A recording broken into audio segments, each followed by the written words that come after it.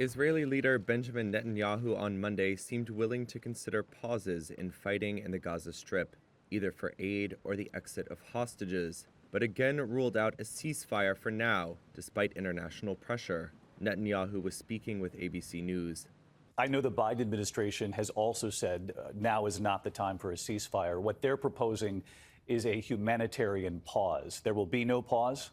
Well, there will be no ceasefire, general ceasefire in Gaza without the release of our hostages. As far as tactical little pauses, an hour here, an hour there, we've had them before.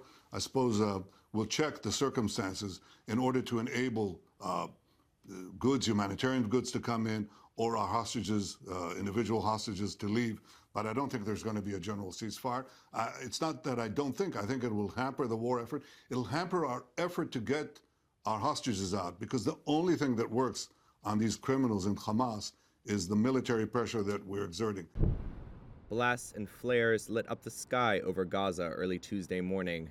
It's now been more than 1 month since the Hamas raid on southern Israel, when militants killed 1,400 people and seized 240 hostages. Israel has bombarded the area since then.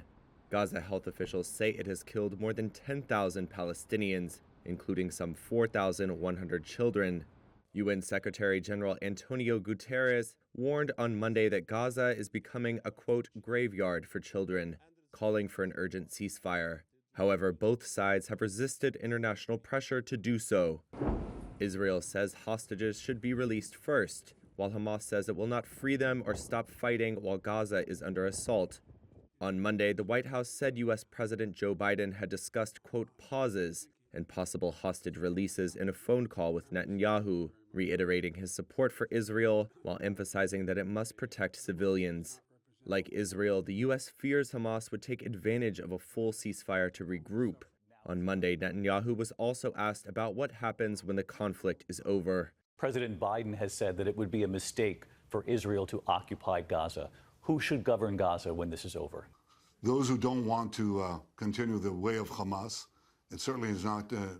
I think Israel will, for an indefinite period, will have the overall security responsibility, because we've seen what happens when we don't have it. When we don't have that security responsibility, what we have is the eruption of Hamas terror on a scale that we couldn't imagine. International organizations have said hospitals like this one in Gaza City cannot cope with the wounded, and that food and clean water are running out, with aid deliveries nowhere near enough.